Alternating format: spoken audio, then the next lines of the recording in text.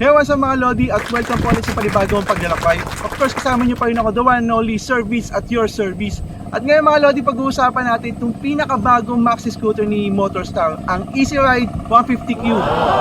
Ito yung mga Lodi, no? So, ano pa hinihintay natin? Let's go!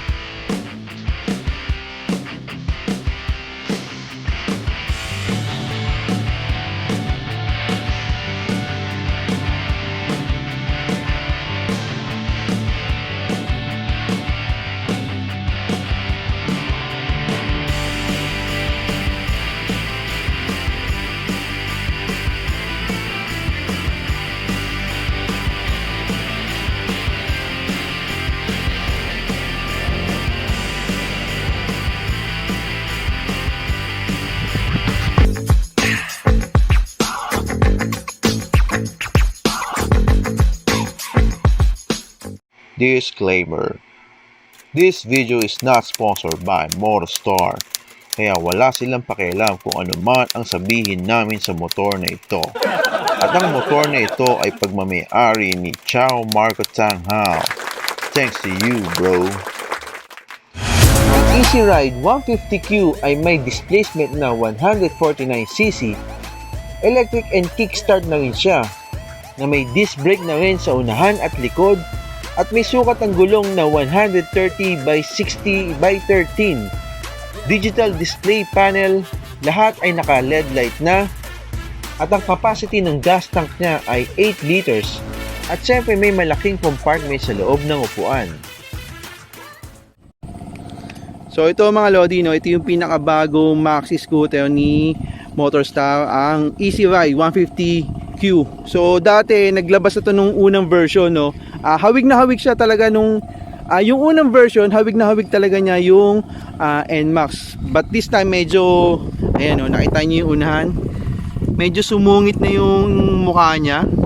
So mukha pa rin siyang NMAX mga Lodi, pero ngayon medyo mas upgraded na yung itsura niya. Ganda na, no? So same specs pa rin mga Lodi, no? Naka-carbs pa rin siya. Tapos hindi pa rin siya naka-liquid cool. Naka-air cool pa lang siya mga Lodi, no? Pero yun yung pinaka-carb niya. So syempre isipin natin na malakas pa rin sa gasolina, pero sa tingin ko, no, hindi na ganun kalakas sa gasolina yan. At syempre ito, nakita niyo mga Lodi, no? So yan, naka-disc brake na siya ngayon. Pero ang pinagkaiba niya sa NMAX, nandito yung disc brake niya, hindi sa kabila. So nandito sa may bandang loob. So kakaiba to mga Lodi. Medyo may hirapan na kayong mag-upgrade nito ng mags kasi kakaiba yung setup ng mags niya. So kung gusto niyo magpalit ng mags katulad sa NMAX, hindi niyo siya mapapalitan kasi iba yung setup na kanyang disc brake sa likod. So ayan mga Lodi. Yan, ito yung air filter niya. So yun, initsura ng loob, no? Hopefully nakikita nyo mga Lodi. So okay, ito naman tayo sa pinaka panel niya, no? So ito yung pinaka panel niya mga Lodi, naka LED na rin. At ito yung upuan natin. So ito yung susian. So dito sa gitna yung susian, no? Parang NMAX din. Pag binuksan mo yung seat dito, click mo lang yon. At yan. So ito, ang luwag, no? So yan, maluwag din yung kanyang compartment. I think pwede dito yung half face na helmet. Kung whole face naman, siguro yung maliit lang. Pero I don't know kung kakasya pa talaga yung pinaka whole face na helmet dito. Pero yung mga half face yan, kasya. Pero sa utility, sa mga gamit, madami kayong malalagay dito. So dito yung battery niya. Then dito, may bukasan dito para din sa carb. Kung gustong linisin yung carb nyo, so mas madali. Mas madaling linisin, mas madaling maintenance. Tama ba? Ayun. So yan, dito binubuksan para galawin yung carbs natin, yung carburetor ng makina. So ang ganda mga Lodi, ang luwag. Tapos ito yung may-ari nito, binilan niya na ng bracket na meron na rin siyang utility box na sec. Ganda, aluminum. Then tingnan natin yung panel, okay? So ito yung panel mga Lodi, no? So So dito nakalagay yung, nakikita nyo ba mga lods? So yan no, medyo hindi lang makuha sa aking camera, pero nandito sa part na to, yung sa side na to, yung fuel, yung gas. Then meron din tayong time dito. Ito yung pinaka speedometer natin, yung odo nandito. So ayan, so may mga button din siya dito para i-adjust kung ano yung gusto mong makita. So ano ba to bud? Pag pinindot po to, sa oras lang ba yan? Hindi, sa lahat yan. Sa lahat to. Ayan. Ito yung trip. So pag pinindot mo dito, makikita mo dito magbabago siya. Ito yung pinaka trip. Then ito yung odo. So dalawa lang, trip tsaka odo lang. Itong kabila. And then, I think ito yung ano, reset sa ano to, sa oras to. I think sa reset sa oras to, tsaka sa trip. So meron tayong utility packet dito mga lodits. Meron din dito. So ayan. So luwag. Luwag. Pwede ka maglagay dito ng cellphone or kaya ibang gamit, tools. Meron din dito. Pwede ka maglagay ng bote. Tapos meron din USB. So meron din siyang USB dito, charger.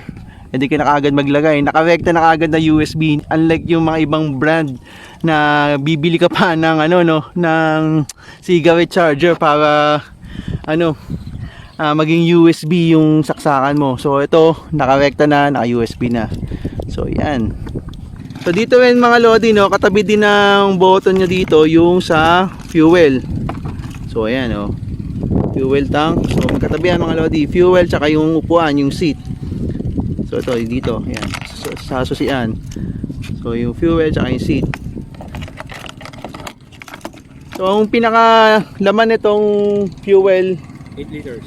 so laki no mga lodi, 8 liters ang laman nito, 8 liters. Hindi compared din sa ayan, sa Aerox na yan no, 4 liters lang yan mga lodi. Ito 8 liters, talagang pambiyahe. So yan. So okay. O syempre mga lodi, hindi ko masasabing okay to or goods tong motor na to kung hindi ko masusubukan. So tara, test ride tayo. Let's go.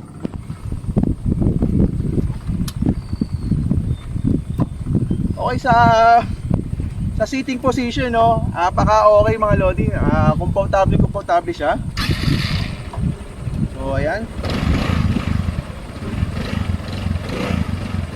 Eh, masan pa eh? Oh. Malakas yung ano, brake system niya. Lakas. Tapos syempre sa paa, naka 10.5 po yung size ng paa ko, no? So ito, kasyang-kasya pa rin. At syempre pag easy ride na, so yan, dito naman yung positioning ng paa natin. So, para talagang NMAX. Okay mga lodi, testing ko muna.